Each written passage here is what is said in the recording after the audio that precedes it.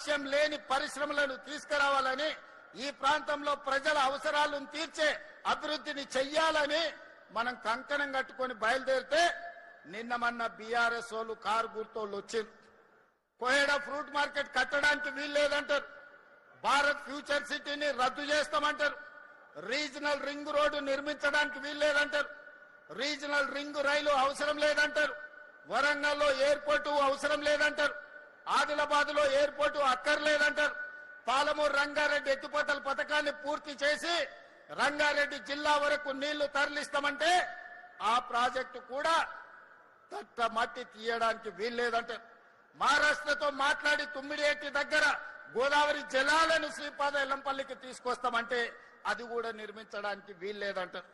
ఇవాళ నేను అడుగుతున్న మిత్రులారా, ఆ 10 ఏళ్లు మనం కొట్లాను ఫ్రూట్ మార్కెట్ కట్టమని, పరిశ్రమలు కాలుష్యాన్ని వెదజల్లే వాటిని తరలించమని, రీజనల్ రింగ్ రోడ్డు కావాలని, వరంగల్ ఎయిర్పోర్ట్ కావాలని, ఆదిలాబాద్ ఎయిర్పోర్ట్ కావాలని అభివృద్ధి చేయమని ఆనాడు మనం రోడ్డెక్కితే ఈనాడు ఈ అష్ట దరిద్రులు మనం ఏ అభివృద్ధి చేస్తామన్నా అడ్డుకుంటామని రోడ్ల మీదకి వచ్చి ధర్నాలు రాస్తా రోకోలు చేస్తున్నారు.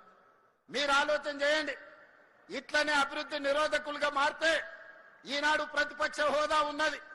రేపు రాబోయే రోజుల్లో ప్రతిపక్ష హోదా కాదు కదా, కారు ఎక్కడానికి కాదు, కారును దొబ్బడానికి కూడా మనిషి దొరకడు. అనుంజడి మీరు అక్కడెక్కడనో కార్ఖానాలో పోయి కారును టైర్లు లేని కార్లు మనం చూస్తాం. మనం అఫ్జల్గంజ్ ఏరియాలో పోతే అంబాసిడర్ కార్లు ఉంటాయి, దాంట్లో టైర్లు ఉండవు, రాళ్లు పెట్టి కారు నిలబెట్టి ఉంటది. మీ అంబాసిడర్ కార్ కూడా ఫామ్ హౌస్ గా పరిస్థితి వస్తుంది. అందుకే మిత్రులారా, ఇవాళ మీ అందరి సహకారంతో మీరందరు కలిసి వచ్చినందుకు ధైర్యంగా ఈ రోజు ఈ ఫ్రూట్ మార్కెట్ ను ఈ రోజు ప్రారంభించుకుంటున్నాం. ఇంతకు ముందే తుమ్మల నాగేశ్వరరావు గారికి సూచన చేసిన, ఇవాళ అక్కడ నీడ లేకుండా వానొచ్చినా గాలి వచ్చినా ఎండకెండి వానకు తడిసి అక్కడ అమ్ముకుంటున్న కూరగాయలు గాని, రైతులు గాని, అక్కడ ఉండే మధ్యవర్తులు గాని ఈ రోజు ఎన్నో ఇబ్బందులు ఎదుర్కొంటున్నారు.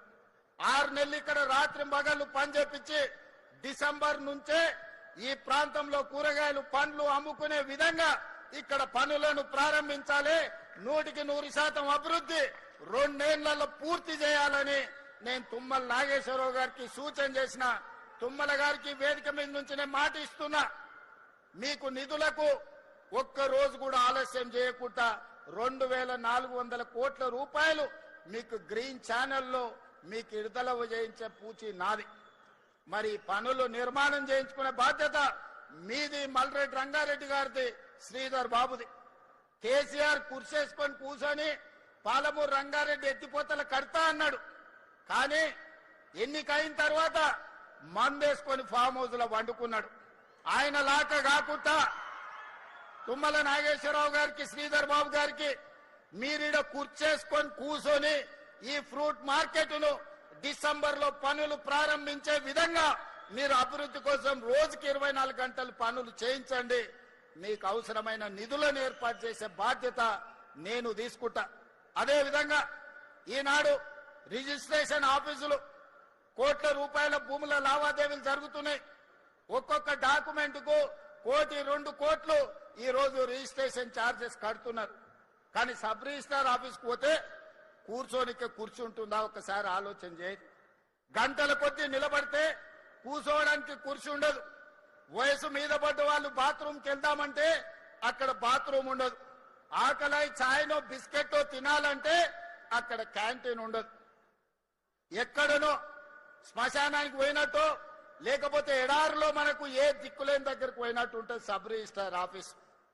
నేను అడిగిన రెవెన్యూ మంత్రి శ్రీనివాసరెడ్డి గారిని, శ్రీనివాసరెడ్డి గారు ప్రతి సంవత్సరం నీకు రిజిస్ట్రేషన్ నుంచి 15-16 వేల కోట్ల రూపాయల ఆదాయాన్ని ఇస్తున్నారు. మరి ఇన్ని వేల కోట్ల రూపాయల ఆదాయం ఇచ్చే వాళ్ళు వస్తే కూర్చోవడానికి కుర్చీ లేదు, తాగడానికి ఛాయ్ లేదు, ఎక్కడ చూసినా నిలబడడానికి కూడా స్థలం లేని పరిస్థితి ఉన్నది. ఇది మంచిదా? కస్టమర్ ఈజ్ అవర్ గాడ్ అన్నారు. మరి అట్లాంటి వాళ్లను మీరు ఇట్లా నిలబడితే మంచిదా అని అడిగిన. అందుకే ఆయన ఆలోచన చేసిండు.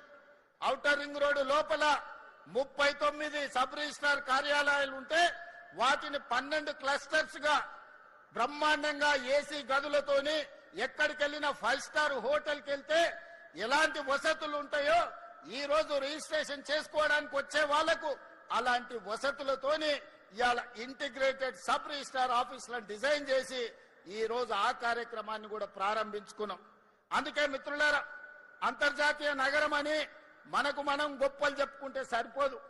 అంతర్జాతీయ ప్రమాణాలతోనే అభివృద్ధి చేసుకున్నప్పుడే అంతర్జాతీయ నగరంగా మనకు గుర్తింపు వస్తుంది. అందుకే వాళ్ళు అడ్డం పడ్డా, కాళ్ళలో కట్టె పెట్టినా, శాపనార్థాలు పెట్టినా, ఏడ్చినా, పెడబొబ్బలు పెట్టినా, చివరికి మూసిలో పడి పందులాక దొర్లినా వాళ్ళ ఏడుపు వినేది లేదు. మనం అభివృద్ధి చేసుకునుడే, మనం రీజనల్ రింగ్ రోడ్ వేసుకునుడే, రేడియల్ రోడ్డు నిర్మించుకునుడే, భారత్ ఫ్యూచర్ సిటీ కట్టుకునుడే, కోహెడా ఫ్రూట్ మార్కెట్ ను పూర్తి చేసుకునుడే. ప్రతి అవసరాన్ని దృష్టిలో పెట్టుకొని ఈ రోజు ఈ రాష్ట్రం యొక్క అవసరాలను తీర్చుకుంటూ ముందుకు వెళ్లాల్సిన బాధ్యత మన మీద ఉన్నది.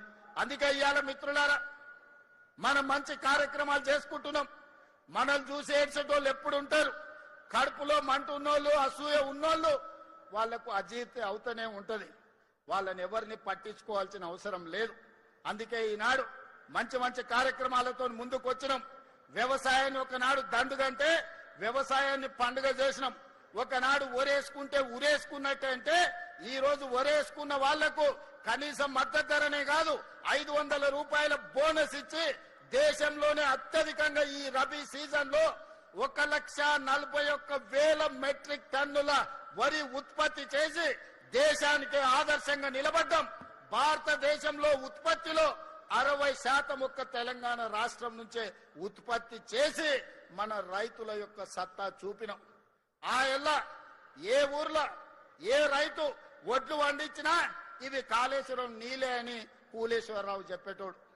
మరి ఇలా కాళేశ్వరం కూలేశ్వరం అయిపోయి 3 ఏళ్ళు అయింది. చుక్క నీళ్లు కాళేశ్వరం నుంచి రాలే, చుక్క నీళ్లు గోదావరిలో లిఫ్ట్ చేయలే. మరి ఈ రోజు దేశంలోనే అత్యధికంగా మనం వరి పండిస్తున్నాం కదా. ఇన్నాళ్ళు వాళ్ళు చెప్పింది అబద్ధమా కాదా ఒక్కసారి ఆలోచన చేయండి. 3 ఏళ్లలో 1,00,000 కోట్లు పెట్టి వాళ్ళే కట్టిండ్రు, వాళ్ళ కళ్ళ ముందరనే కూలిపోయింది. 1,00,000 కోట్ల రూపాయలు గోదావరిలో కొట్టుకుపోయినాయి. 1,00,000 కోట్ల ప్రజల సొమ్మును గోదావరిలో కలిపినోని అదే గోదావరిలో వాళ్ళకి తద్దినం పెట్టాల్సిన అవసరం ఉందా లేదా ఒక్కసారి ఆలోచన చేయండి. నిన్న మన ఆయన తాటి చెట్టు లెక్క పెరిగిండు. ఎందుకంటే మనకు ఈ ప్రాంతంలో నల్గొండల, భువనగిరిలా లేకపోతే ఇబ్రాహీంపట్నంలో తాటి చెట్లు ఎక్కువ ఉంటాయి. తాటి చెట్టు ఇట్లా పెరుగుతుంది. తాటి చెట్టు ఎంత పెరిగితే తెలివి ఎక్కువ ఉన్నదని ఆయన అనుకుంటుండు. ప్రాజెక్టులు ఎట్లా కట్టాలో, లిఫ్టులు ఎట్లా మెయింటైన్ చేయాలో ఆయన మనకు